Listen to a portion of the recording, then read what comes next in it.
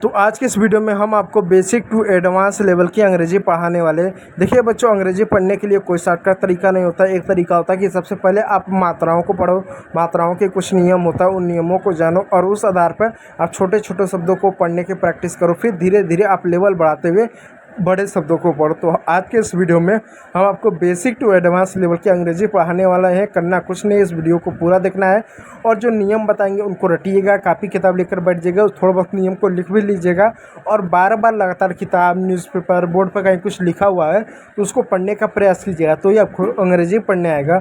बाकी वीडियो यदि अच्छा लगे तो लाइक ज़रूर कीजिएगा, चैनल पर नया है तो सब्सक्राइब कर लीजिएगा। चलिए क्लास को स्टार्ट करते हैं। Let start the video. चलिए आज के क्लास को स्टार्ट करते हैं और आज के इस वीडियो में हम जो अंग्रेजी पढ़ना सीखने वाले हैं। देखिए बच्चों, अंग्रेजी पढ़ने के लिए सबसे ज़्यादा ज़रूरी ये होता है कि आप मात्राओं को सीखो, क्योंकि आप अंग्रेजी का छोटा छोटा शब्द ले लो, बड़ा शब्द ले लो, आपको कोई भी ऐसा शब्द नहीं होगा जिसमें आपको मात्रा ना मिले। 1 मात्रा, 2 मात्रा, 5 मात्रा, 8 मात्रा, यानी आपको मात्राएँ ज़रूर मिलेंगी। ठीक है, इसलिए मात्रा को सीखना जरूरी है। लेकिन उससे पहले आपका जो भी प्यारा सा नाम होगा वो कमेंट बॉक्स में कमेंट कीजिएगा। बहुत सारे बच्चे अपना नाम कमेंट करते हैं, आप भी कमेंट ज़रूर कीजिएगा। ठीक है, जो भी नाम हो। तो अंग्रेजी में टोटल 5 मात्रा होती हैं। कौन कौन सी? ए, ई, आई, ओ और यू, ये 5 मात्राएं होती हैं जिनको हम स्वर बोलते हैं हिंदी में, अंग्रेजी में वेवल्स बोलते हैं। ठीक है प्यारे बच्चों, इस बात को याद रखिएगा। इसके बाद जो 21 जो अल्फ़ाबेट, जो 21 अक्षर हैं जो आपके बच जाते हैं, उनको जो है हम व्यंजक यानी कॉन्सोनेंट के नाम से जानते हैं। तो आज की इस वीडियो में हम जो है अंग्रेजी की एक ही मात्रा को पढ़ने वाले हैं। अब आपका कहना एक ही क्यों? एक को तो हम सिर्फ आ पढ़ते हैं। नहीं बच्चों, एक को सिर्फ आ नहीं पढ़ते हैं। जैसे मैं यहाँ पर 2 शब्द लिख रहा हूँ, एक शब्द ये लिखा और दूसरा शब्द मैंने ये लिखा। अब बताओ इसको क्या पढ़ेंगे? इसको कहोगे यार इसको तो कार पढ़ेंगे। ओके, बहुत अच्छा है, आपको अंग्रेजी थोड़ी बहुत आती है पढ़ने। इसको क्या पढ़ेंगे? आप कहोगे यार इसको तो कैट पढ़ेंगे।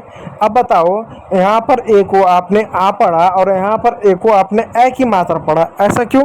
यानी आ पढ़ा यहाँ पर और वहाँ पर आपने ए की मात्रा पढ़ा। इसका मतलब हम अ को अ भी पढ़ते हैं, आ भी पढ़ते हैं, ए भी पढ़ते हैं और ए भी पढ़ते हैं। तो कब अंग्रेजी में ए को क्या पढ़ते हैं, इसको हम आज के इस वीडियो में जानने वाले हैं। तो ये हमारा पार्ट 2 है, इसलिए पार्ट 2 को जरूर देखिएगा। चलिए स्टार्ट करते हैं। तो नियम नंबर 2 को देखिएगा, पार्ट 2 इसलिए नियम नंबर 2।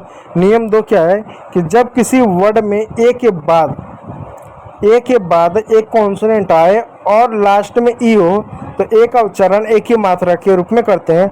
अब देखिए बच्चों, यहाँ पर जितने भी शब्द हैं सभी शब्दों में आपको ए दिखने को मिल रहा है, ए दिखने को मिल रहा है और लास्ट में आपको ई दिखने को मिल रहा होगा, ई आपको दिखने को मिल रहा होगा। ठीक है, ई आपको दिखने को मिल रहा है। ओके, अब इस चीज़ को ध्यान दीजिएगा। ठीक है, अब यहाँ पर इस चीज़ को ध्यान दीजिएगा। आपके अंग्रेजी जितने भी शब्द हैं, जैसे यहाँ पे एक शब्द है DAT, अब हमको इसको नहीं मालूम कि इसको क्या पढ़ेंगे, लेकिन नियम पे चलते हैं। नियम क्या कहता है कि यदि अंग्रेजी के किसी भी शब्द में ए आए, ए के बाद एक कॉन्सोनेंट है, क्या टी कॉन्सोनेंट है? हाँ, टी कॉन्सोनेंट है।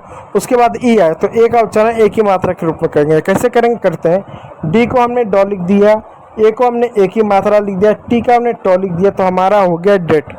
डी का ड हो गया, ए का एक ही मात्रा हो गया और टी का ट हो गया डेट।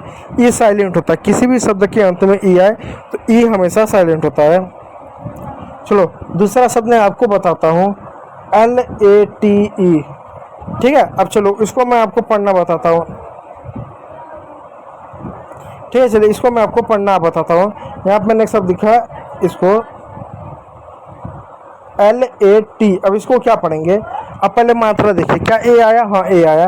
क्या ए के बाद कॉन्सोनेंट आया? हाँ, कॉन्सोनेंट यहाँ पर आया। क्या उसके बाद ई आया? हाँ, ई आया। तो यानी ए का उच्चारण होगा। कैसे करेंगे? एल का हमने लॉ लिख दिया। ठीक है प्यारे बच्चों, अब उसके बाद जो है यहाँ पर ए को हम एक ही मात्रा लिख दें, टी को टॉ लिख दिए, तो हो गया लेट। ई नहीं पढ़ेंगे, ई किसी भी शब्द के अंत में अगर आता है तो। ठीक है प्यारे बच्चों, उसी प्रकार अंग्रेजी के आपके सारे शब्द जैसे एट हुआ, डेट हुआ, हेट हुआ, बेक हुआ, लेट हुआ, स्टेट हुआ, फेट हुआ, रेट हुआ, मेक हुआ आदि अंग्रेजी के आपके सारे शब्द आएंगे। इस बात को याद रखिएगा। और एक आपको एक और जो है बता रहा हूँ, उस नियम उसको भी जान लीजिएगा। ठीक है प्यारे बच्चों, इसको भी नियम मैं आपको बता रहा हूँ, उसको जानिएगा। मैं एक शब्द लिखा STATE। अब सवाल होता है इसको हम क्या पढ़ेंगे? अब देखो बच्चों, इसको क्या पढ़ेंगे, एक नियम बताता हूँ कि जब दो कॉन्सोनेंट एक साथ होते हैं और अलग अलग कॉन्सोनेंट होते हैं तो उसमें से पहले वाले कॉन्सोनेंट को हम हमेशा आधा पढ़ते हैं। ऐसे क्या है, कॉन्सोनेंट है, ठीक है, टी क्या है, कॉन्सोनेंट है, ठीक है, तो इसमें से एक कॉन्सोनेंट को आधा पढ़ेंगे। तो एस को हिंदी क्या होता है, स होता है, तो स को हम ऐसे आधा स लिख सकते हैं, तो हमने आधा स लिख दिया। क्यों, क्योंकि दो कॉन्सोनेंट जब एक साथ होते हैं तो उनमें से पहले वाले कॉन्सोनेंट को हम आधा पढ़ते हैं, ठीक है। अब टी का हमने टॉ लिख दिया, ए का हमने एक ही मात्रा लिख दिया और टी का फिर टॉ लिख दिया, तो ये हो गया स्टेट हो गया, ये साइलेंट हुआ, ठीक है प्यारे बच्चों। तो इसी प्रकार ये आपका नियम काम करता है। तो उम्मीद करूंगा वीडियो अच्छा लगा हो, यदि अच्छा लगा तो लाइक कीजिएगा, चैनल पर नए तो सब्सक्राइब जरूर कर लीजिएगा। वीडियो देखने के लिए बहुत बहुत धन्यवाद।